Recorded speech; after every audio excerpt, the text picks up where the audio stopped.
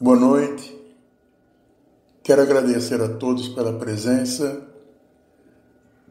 Meu obrigado. Meu nome é Roberto Basoli e hoje trago como objetivo, juntamente com vocês, trazer o mito da caverna para os dias de hoje. Vamos constatar que o ser humano tem regredido constantemente ao ponto de estar cada vez mais vivendo como um prisioneiro da caverna. Apesar de toda a informação e todo o conhecimento que temos à nossa disposição, a preguiça intelectual tem sido, talvez, a mais forte característica de nosso tempo.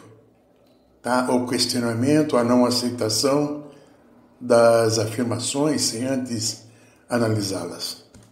A política, a sociedade e a própria vida comum deixaram de ser interessantes para nós que vivemos como se a própria vida tivesse importância maior que a preservação da sociedade.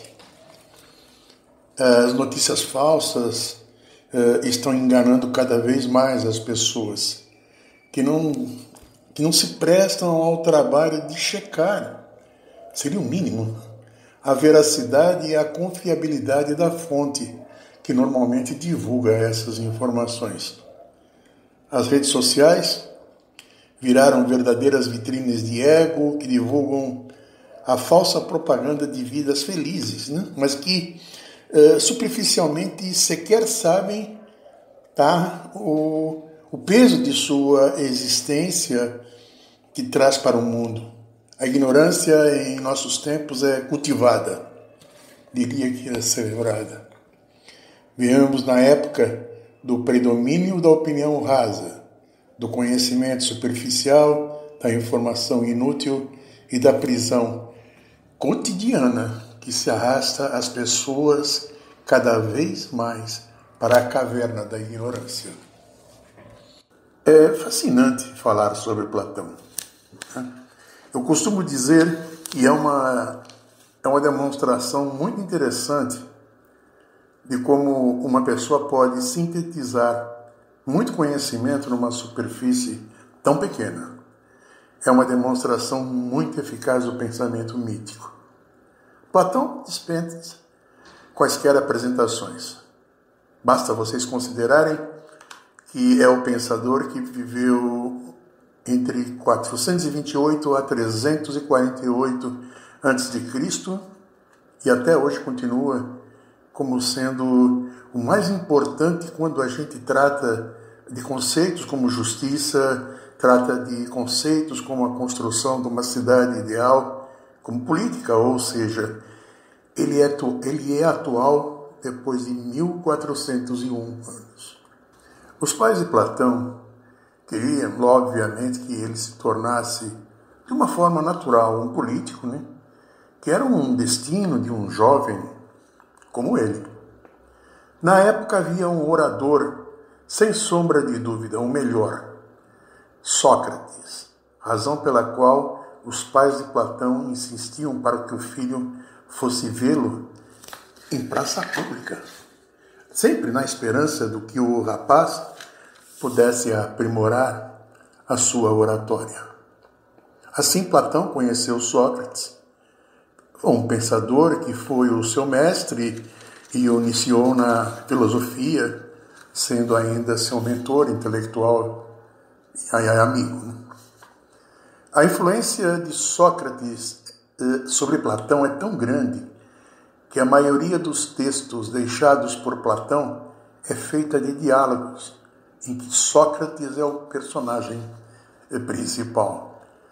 Não se confirma, todavia, mas há elementos que levam a crer que Sócrates, o seu mestre, não deixou nenhuma obra escrita, pois não sabia ler ou escrever, contrariamente a Platão, que era um homem nobre. Falar de Platão, necessariamente temos que falar da teoria das ideias ou das formas. Platão acreditava que os seres humanos participavam de dois mundos diferentes. Um deles é o mundo físico, que experimentamos através dos nossos sentidos corporais. Nosso contato com o mundo inferior se dá através de nossos sentidos corporais, como ver ou tocar coisas particulares, como rochas, árvores, gatos, humanos, coisas físicas que existem no mundo inferior, existem no tempo e no espaço, ok? O mundo superior é composto de essência imaterial e eterna que aprendemos com as nossas mentes.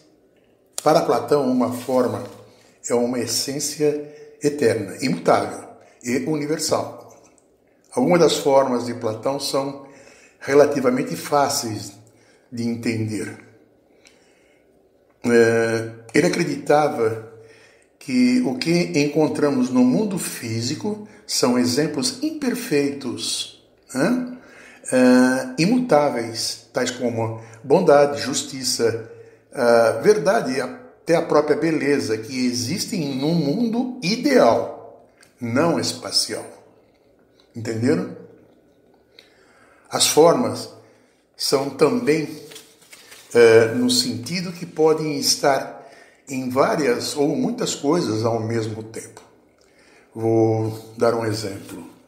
A cor verde é uma propriedade. Ela pode estar na grama, no suéter ou num pedaço de brócolis ao mesmo tempo, né? Observem que nós aplicamos a palavra bom a muitos atos humanos particulares, né? O que baseia esse julgamento? A resposta de Platão é que nós já temos uma ideia da forma ou padrão de bondade em nosso pensamento, em nossa mente. À medida que vivemos, vemos atos, né, se conformando à norma e julgamos o comportamento humano à luz do padrão. Para Platão, uma forma é uma essência imutável e universal. As formas são eternas também. Elas existem antes do mundo físico. Elas continuariam a existir mesmo que tudo no universo físico, o mundo inferior, cessasse de existir. Verdade, bondade, justiça são entidades eternas, atemporais, que não dependem para a sua existência de coisas particulares que existem nesse mundo. Os humanos vivem em dois mundos diferentes. O mundo das muitas coisas particulares que estão constantemente mudando e que são aprendidas através de nossos sentidos corporais. E de um mundo perfeito, imutável, eterno, conhecido através de nossas mentes. Vamos entender o mito da caverna. Eu gostaria que vocês imaginassem uma caverna onde os prisioneiros vivessem desde a infância com as mãos amarradas, uma parede em frente era tudo que eles poderiam avistar. Nessa parede eram projetadas sombras distorcidas, unicamente isso. As sombras eram ocasionadas por uma fogueira em cima de um tapume, obviamente situada na parte traseira da parede em que os homens estavam presos. E parece que o cenário está nítido com essa explicação. Os homens passavam ante a fogueira, faziam gestos e passavam objetos, formando sombras que eram refletidas na parede de uma forma distorcida. Esse era todo o conhecimento que os prisioneiros tinham do mundo. Nada mais. aquela parede da caverna, aquelas sobras e os ecos dos sons que as pessoas de cima produziam, né? Era um mundo restrito dos prisioneiros. Ok? Repentinamente, um dos prisioneiros foi liberto. Andando pela caverna, ele percebeu que havia pessoas, que havia uma fogueira projetando as sombras que ele julgava que era a totalidade do seu mundo. Andando um pouco mais, encontrou a saída da caverna. Ele teve um susto, obviamente, pois se deparou com um mundo exterior, a luz solar ofuscando a sua visão, e ele sentindo-se desamparado, desconfortável, deslocado, né? Mas aos poucos a sua visão vai se acostumando à luz e ele começa a perceber a infinidade do mundo, a infinidade da natureza fora da caverna. Percebe? Ele percebe que aquelas sombras que ele julgava ser a realidade, na verdade, eram cópias imperfeitas de uma pequena parcela da realidade. Muito bem. O prisioneiro liberto poderia fazer duas coisas: retornar para a caverna e libertar os seus companheiros, ou viver a sua liberdade. Imaginem a consequência se ele optasse em retornar à caverna e tentar explicar aos seus amigos. Ele sofreria fatalmente agressões de seus companheiros e seria julgado como louco, porque aqueles prisioneiros tinham como seu mundo, né, as imagens. Então, como alguém que veio de fora, que teve conhecimento, acesso ao mundo exterior, contar as novidades, isso seria definitivamente uma loucura, tá? Então, ele teria essas duas opções, né? E poderia, mas na nossa opinião, tá? A atitude mais correta seria voltar. Mesmo correndo perigo, essa seria, pelo menos no nosso entendimento, a posição mais correta. Eu queria que vocês notassem como é interessante as metáforas utilizadas por Platão na alegoria do mito das cavernas. Vamos entender um pouco mais. Os prisioneiros. Os prisioneiros da caverna, na realidade, são os homens comuns, ou seja, somos nós mesmos, que vivemos em nosso mundo limitado, presos em nossas crenças costumeiras. Ele aborda a caverna é o nosso corpo, são nossos sentidos, é a fonte de um conhecimento que, segundo Platão, é errôneo e enganoso. As sombras na parede e os ecos da caverna. Sombras e ecos nunca são projetados exatamente de como são. Lembra? As sombras são distorções das imagens e os ecos são distorções sonoras. Por isso, esses elementos simbolizam as opiniões erradas e o conhecimento preconceituoso do senso comum que nós julgamos ser verdadeiro. A saída da caverna. Entendemos como é a busca do conhecimento verdadeiro. Essa seria a melhor colocação que poderia ser feita. E, finalmente, a luz solar. A luz que ofusca a visão do prisioneiro liberto e o coloca em uma situação de desconforto. Conhecimento verdadeiro, a razão e a filosofia.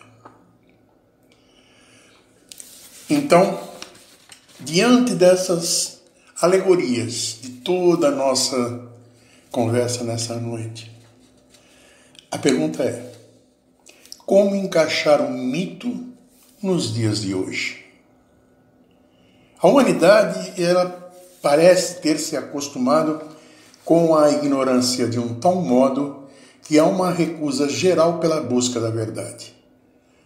Temos, inegavelmente, um oceano de informações por meio da mídia televisiva, da internet, redes sociais. Todavia, as pessoas acreditam nas manchetes sensacionalistas. Aqueles veículos de informações que muitas vezes visam apenas a chamar a atenção do leitor, conteúdo zero, a matéria absolutamente nada traz. A busca pelo prazer incessante, a falsa ideia de felicidade e a vaidade são valores que as pessoas buscam transmitir pelas redes sociais.